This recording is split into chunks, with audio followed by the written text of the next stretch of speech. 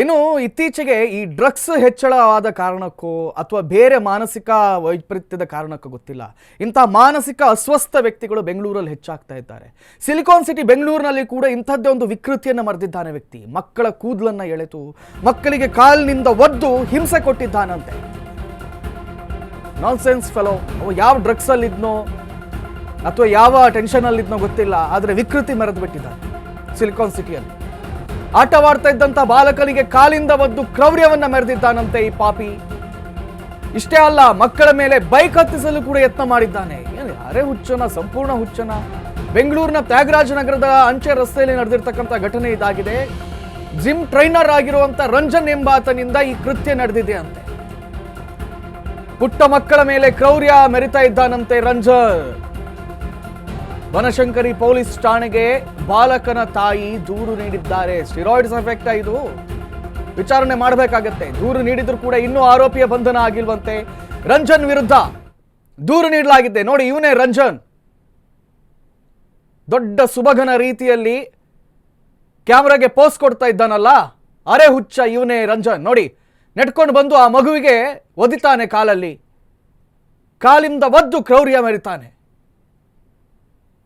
ಇಂಥವ್ರನ್ನ ಏನು ಮಾಡಬೇಕು ಅಂತ ಹೇಳಿದರೆ, ಈ ಹಿಂದೆ ಪುಲ್ವಾಮಾ ಪ್ರಕರಣ ಆದಾಗ ಕೆಲವರನ್ನು ಬಂಧಿಸ್ತಾರೆ, ಉಗ್ರಗಾಮಿಗಳನ್ನು.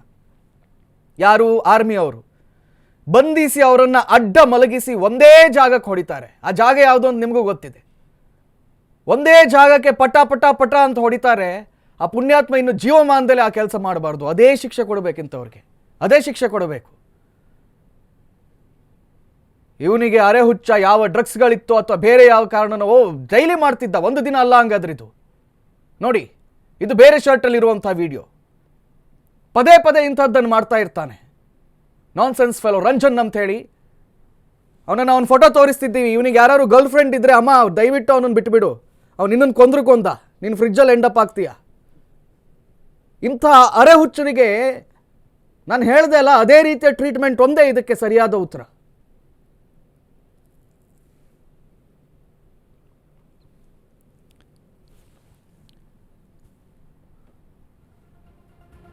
ಸೊ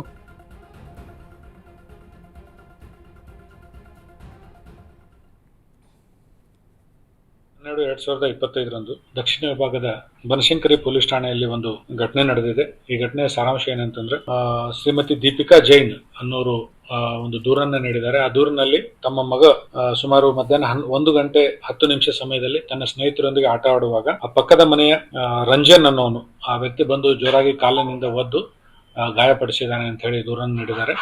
ಈ ದೂರನ್ನು ಸ್ವೀಕರಿಸಿಕೊಂಡು ಬನಶಂಕರಿ ಪೊಲೀಸ್ ಠಾಣೆಯ ಅಧಿಕಾರಿಗಳು ಮಾನ್ಯ ನ್ಯಾಯಾಲಯದ ಅನುಮತಿಯನ್ನು ಪಡೆದುಕೊಂಡು FIR ಅನ್ನು ದಾಖಲಿಸಿಕೊಂಡು ತನಿಖೆ ಕೈಗೊಂಡಿದ್ದಾರೆ ಮತ್ತು ಆರೋಪಿತನಿಗೆ ವಿಚಾರಣೆಗೊಳಪಡಿಸಿದ್ದಾರೆ. ಈಗ ಅದರ ಹೊರತಾಗಿ ಮತ್ತೆ 3 ಘಟನೆಗಳು ಈ ತರ ನಡೆದಿರೋ ಬಗ್ಗೆ CCTV ಫುಟೇಜ್ಗಳ ಮಾಹಿತಿ ಬಂದಿದೆ.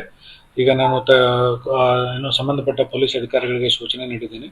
ಅವರನ್ನು ಕೂಡ ಸಂಪರ್ಕಿಸಿ ಅವ್ರ ಕಡೆಯಿಂದ ದೂರನ್ನ ಪಡೆದುಕೊಂಡು ಪ್ರಕರಣ ದಾಖಲಿಸಿಕೊಂಡು ಆ ಬಗ್ಗೆ ಕೂಡ ತನಿಖೆ ಕೈಗೊಳ್ಳಬೇಕು ಅಂತ ತಿಳಿಸಿದ್ದೀನಿ. ಅದನ್ನ ಈಗ ಆಲ್ರೆಡಿ ಅಧಿಕಾರಿಗಳು ಅವ್ರಿಗೆ ಹೋಗಿ ಮಾತಾಡ್ತಾ ಇದ್ದಾರೆ. ಇವನು ಬೆಂಗಳೂರಿನಲ್ಲಿ ಮಗುವಿನ ಆಟ ಆಡುತ್ತಿದ್ದಂಥ ಮಗುವಿನ ಮೇಲೆ ಪಕ್ಕದ ಮನೆ ನಿವಾಸಿ ಒಬ್ಬರು ಹಲ್ಲೆಯನ್ನು ಮಾಡಿರುವಂಥದ್ದು, ಕಾಲಿನಿಂದ ಒದ್ದು ಹಲ್ಲೆಯನ್ನು ಮಾಡಿರುವಂಥದ್ದು. ಈ ಬಗ್ಗೆ ನಮ್ಮ ಜೊತೆ ಮಾತನಾಡೋಕ್ಕೆ ಇದೀಗಂತ ಆ ಮಗುವಿನ ತಾಯಿ ನಮ್ಮ ಜೊತೆ ಇದ್ದಾರೆ. ಅವ್ರನ್ನ ಮಾತನಾಡಿಸ್ತಾ ಇದ್ದಾರೆ. ಮೇಡಮ್, ನಿಮ್ಮ ಮಗುವಿನ ಮೇಲೆ ಕಾಲಿನಲ್ಲಿ ಬಂದು ಒಬ್ಬ ವ್ಯಕ್ತಿ ಒದ್ದಿರುವಂಥದ್ದು ನಿಮಗೆ ಹೆಂಗೆ ಗೊತ್ತಾಯ್ತು ಮೇಡಮ್ ಈ ವಿಚಾರ?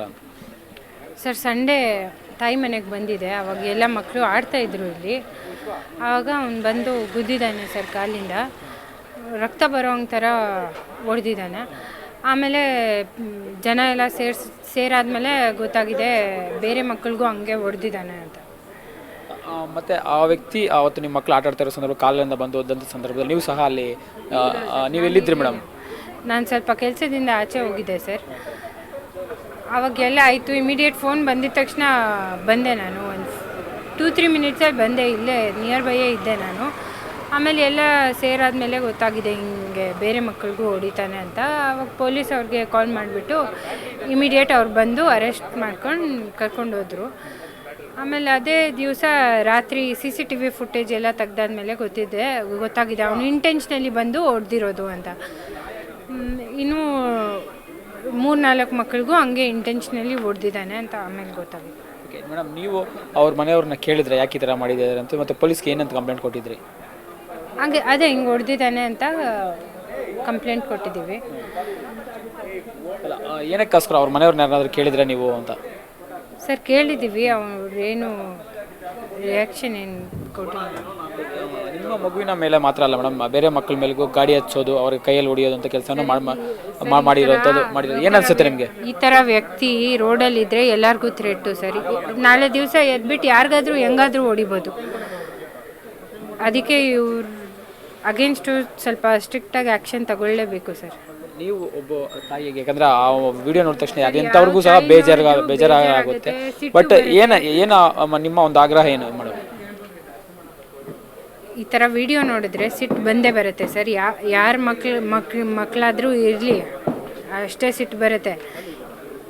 ಯಾರೂ ಇವಾಗವರೆಗೂ ವಾಯ್ಸ್ ರೇಸ್ ಮಾಡಿಲ್ಲ ಇದ್ರ ಅಗೇನ್ಸ್ಟು. ಅದು ಸ್ವಲ್ಪ ಬೇಜಾರಾಗತ್ತೆ ನಮಗೆ. ನೀವು ಒಬ್ಬ ತಾಯಿಯಾಗಿ ಏನಂತ ಒಂದು ಮನವಿ ಮಾಡ್ಕೊತೀರಾ, ಆಗ್ರಹ ಮಾಡ್ತೀರಾ, ಅಪೀಲ್ ಮಾಡ್ತೀರಾ? ಈ ಥರ ಸೊಸೈಟಿಯಲ್ಲಿದ್ದರೆ ಯಾರು ಅವತ್ತಿಂದ ಇವತ್ತವರೆಗೂ ಯಾರೂ ಮಕ್ಕಳಿಗೆ ಆಚೆ ಬಿಟ್ಟಿಲ್ಲ ಸರ್ ಆಟ ಆಡೋಕ್ಕೆ. ಎಲ್ಲಿ ಆಡಬೇಕು ಮಕ್ಕಳು? ಮತ್ತು ರೋಡಲ್ಲಿ ಆಟ ಆಡಬಾರ್ದಾ? ಮತ್ತು ಎಲ್ಲಿ ಆಡಬೇಕು ಮಕ್ಕಳು? ಇವನ್ ಥ್ರೆಟ್ ಅಲ್ವಾ? ನಾಳೆ ದಿವಸ ಎದ್ಬಿಟ್ಟು ಯಾರಿಗಾದ್ರೂ ಹೆಂಗಾದ್ರೂ ಹೊಡೆದ್ಬಿಟ್ರೆ ನಾವೆಲ್ಲಿ ಅವ್ನು ತಗೋತಾರ ಜವಾಬ್ದಾರಿ? ಏನಾದರೂ ಆದರೆ ಕಣ್ಣಿಗೆ ಏಟು ಬಿದ್ದಿದೆ, ಇಲ್ಲಿ ಕೈಗೆ ಕಾಲಿಗೆ ಎಲ್ಲ ಏಟು ಬಿದ್ದಿದೆ.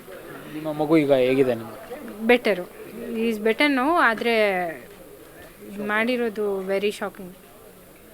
Thank you. ಇದಿಷ್ಟು ಏನೋ ಆ ಮಗುವಿನ ತಾಯಿ, ಅಂದರೆ ಯಾರಾದರೂ ಸಹ ಈ ರೀತಿ ಮಕ್ಕಳ ಮೇಲೆ ಹಲ್ಲೆ ಮಾಡಿದವಂಥವ್ರು ಮತ್ತು ಈ ರೀತಿ ಪದೇ ಪದೇ ಹಲ್ಲೆ ಮಾಡಿದಂಥವ್ರು ಸಮಾಜದಲ್ಲಿ ಇರಬಾರ್ದು ಅನ್ನೋದು, ಮತ್ತು ಸಂಬಂಧಪಟ್ಟವರು ಈ ಬಗ್ಗೆ ಕೂಡಲೇ ಒಂದು ಶಿಸ್ತು ಕ್ರಮ ತೆಗೆದುಕೋಬೇಕು ಅನ್ನೋ ಮಾತನ್ನು ಹೇಳ್ತಾ ಇರುವಂಥದ್ದು. ಕ್ಯಾಮ್ರಾಮನ್ ನವಾಜ್ ಜೊತೆ ಅರುಣ್ ಕುಮಾರ್, ಅಶ್ವಗ ನ್ಯೂಸ್, ಬೆಂಗಳೂರು.